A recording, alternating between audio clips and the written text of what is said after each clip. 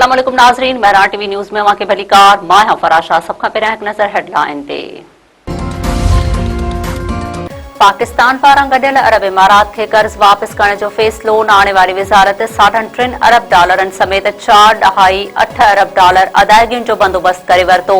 हुकूमती ज़रियनि जी दावा आहे त पाकिस्तान खे ॿिनि दोस्त मुल्कनि $5 अरब खां वधीक जी अदायगी जी ख़ातिरी कराई आहे। वॾे वज़ीर सईद मुराद अली शाह चयो आहे त ट्रांसपोर्टरनि खे सब्सिडी पैकेज ॾेई रहिया आहियूं। मोटरसाइकिल वारनि खे माहवार $2000 ॾिना वेंदा। मोटरसाइकिल जंहिंजे नाले ते हूंदी पैसा बि उनखे मिलंदा। एक्साइज़ खाते जी वेबसाइट ते मोटरसाइकिल रजिस्टर कराए सघिजे थी। प्रेस कॉन्फ्रेंस कंदे वॾे वज़ीर वधीक चयो आहे त मोटरसाइकिलनि जे ट्रांसफर फीस न पई वरिती वञे। शहरी ख़रीद कयल मोटरसाइकिल पंहिंजे नाले कराइनि। ट्रांसफर ऑफिसूं राति जो 12 वॻे ताईं छंछर ऐं आछर जे ॾींहुं बि खुलियल रहंदियूं।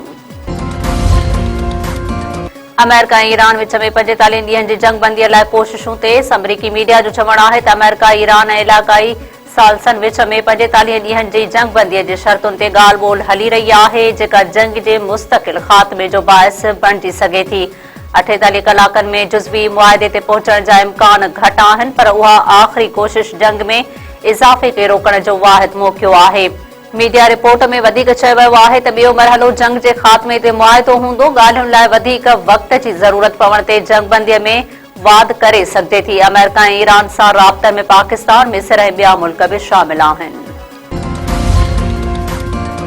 हरम्स वारो सामूंडी लंघ न खोलण ते ट्रंप धमकियुनि ऐं गारियुनि खां पोइ पुराणी डेडलाइन में 24 कलाकनि जी वाध करे छॾी। मुआहिदे लाइ डेडलाइन जो वक़्तु अंगारे जी राति 8 वॻे मुक़रर।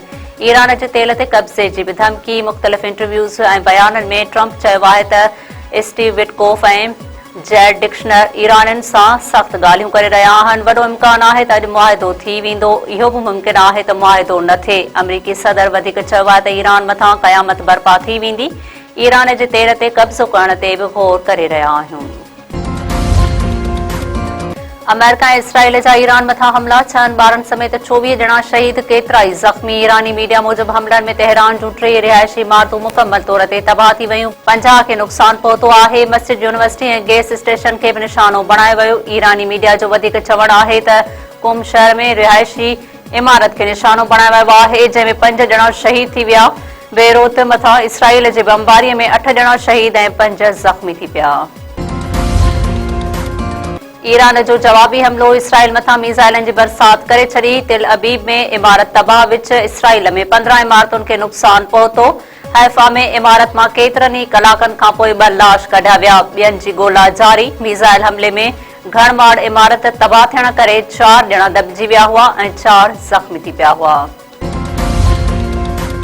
मीरपुर ख़ासि वेझो नारी कार इल्ज़ाम हेठि बेदर्दी सां क़तल ॻोठ नज़दीक आबाद में 22 वरनि जी हसीना सोलंकीअ खे मुबैना तौर मुड़ुस ऐं ॾेर गोलियूं हणी क़तल करे छॾियो। ज़रियनि मूजिबि खाण पुलिस मक़तूला नारीअ जे मुड़ुस खे पिस्टल समेत गिरफ़्तार करे वरितो।